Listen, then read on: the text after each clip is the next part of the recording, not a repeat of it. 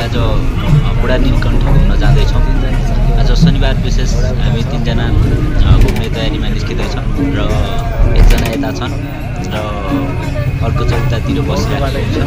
आज बौद्धबाट चाहिँ हामी अगाडि बढिसकेको छौँ बसमा चढेर। अबको आधा घन्टापछि चाहिँ हामी मन्दिर पुग्नेछौँ र त्यसपछि बुढा नीलकण्ठ बजार पुगिसकेको छौँ। अब आधा घन्टा जति लाग्छ हामीलाई यो बुढा नीलकण्ठ गुम्बा पुग्नको लागि। कस्तो लागिरहेछ दोस्त? मलाई एकदम रमाइलो लागिरहेछ होइन। हजुर। तर यहाँ गुम्बा उकालो भन्ने भइरहेछ, अब कसरी पुग्ने भन्ने तनाव भइरहेछ। कस्तो लाग्यो यो ठाउँ तिमीलाई? गाडी रिटर्न नेपालकै एकदमै जस हाम्रो बजाङतिर अछाम बजाङतिरको जस्तो लाग्यो। हो एकदम मलाई नि त्यस्तो छ, त्यही चाहिँ फिल भइरहेछ दोस्त होइन। एकजना हाम्रो यता छाता हिँडेर उडेर हिँडिरहेको छ। के भन्न चाहनुहुन्छ?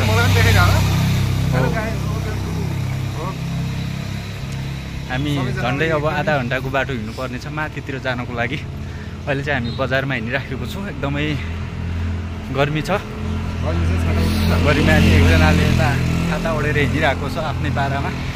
हामी चाहिँ यहाँ हिँडिरहेको छौँ। हाम्रो दोस्त आज एकदमै उत्साहित भएर घुम्न गइराखेको छौँ। यहाँनिर दुःख गर्नुपर्छ कि राम्रो ठाउँ पाउनु पक्कै पनि आज एकदमै राम्रो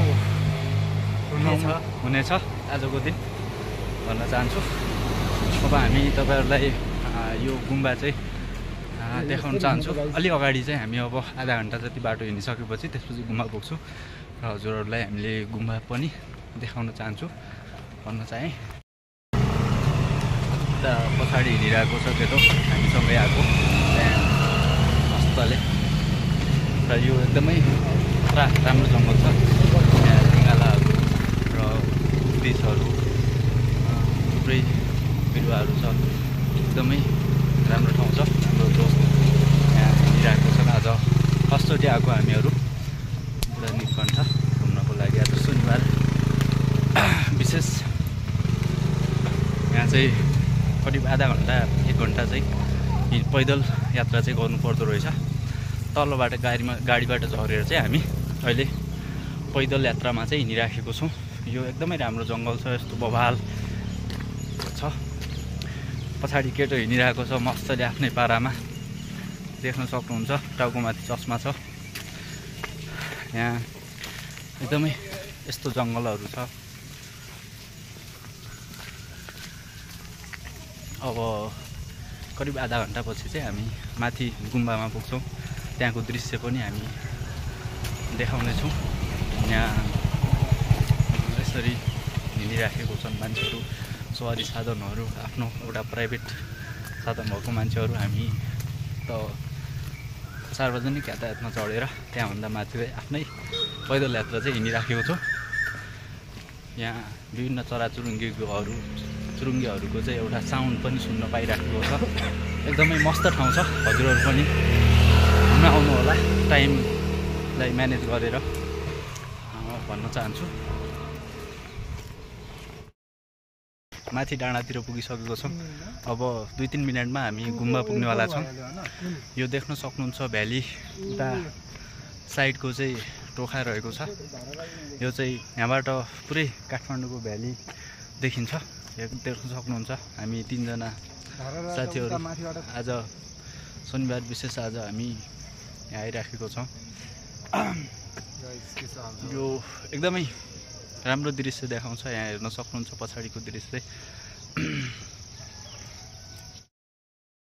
यहाँ गुम्बा जाने मान्छेहरूको लाइन देख्न सक्नुहुन्छ। अब हामी झन्डै पुगिसकेको छौँ गुम्बामा। यहाँ देख्न सक्नुहुन्छ उता माथि रहेको छ गुम्बा।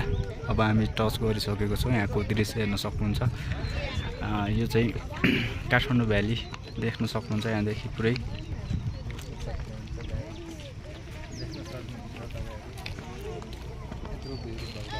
यत्रो भिडभाड छ यहाँ। यहाँ चाहिँ छाता ओढेर एकजना मान्छे बसिरहेको छ मस्तले। कता जाने हो? कुन गुम्बा? अब हामी झन्डै पुगिसकेको अब हामी छौँ समथिङ गुम्बामा। गुम्बामा छिरिसक्यौँ छिरिसकेको छौँ भित्र।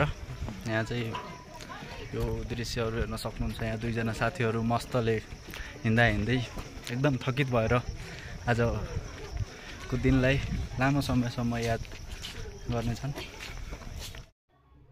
यता माथितिर देख्न सक्नुहुन्छ यो चाहिँ बुढा नीलकण्ठ गुम्बा हो। यहाँ चाहिँ हामी धेरै समय पहिलेदेखि चाहिँ हामीले प्लान गरिराखेको थियौँ यो ठाउँ चाहिँ घुम्न जानुपर्छ भनेर। आज शनिबारले जुराएर हामी घुम्न आइसकेका छौँ। हामी 3 जना साथीहरू।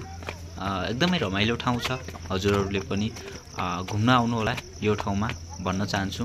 यहाँ थुप्रै मान्छेहरू आउनु भएको छ घुम्नलाई। एकदमै आज शनिबार भएको कारणले पनि धेरै भिडभाड भइराखेको छ। हजुरहरूले पनि यो ठाउँ घुम्न नछुटाउनु होला। यो गुम्बा रहेको छ। एकदमै राम्रो ठाउँ छ। यहाँ देख्न सक्नुहुन्छ यो चाहिँ गुम्बा हो।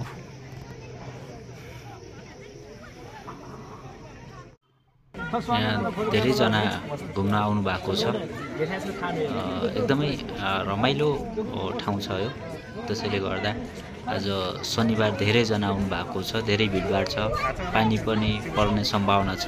सायद एकछिनमा पानी पनि आउँछ होला। पानी पर्ने एकदमै सम्भावना छ।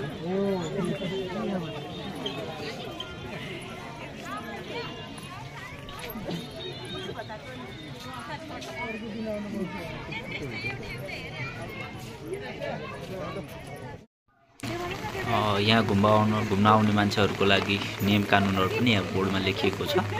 यहाँ काठमाडौँ भ्याली पुरै देखेको छ, हेर्न सक्नुहुन्छ। अहिले पानी पनि आइसकेको छ।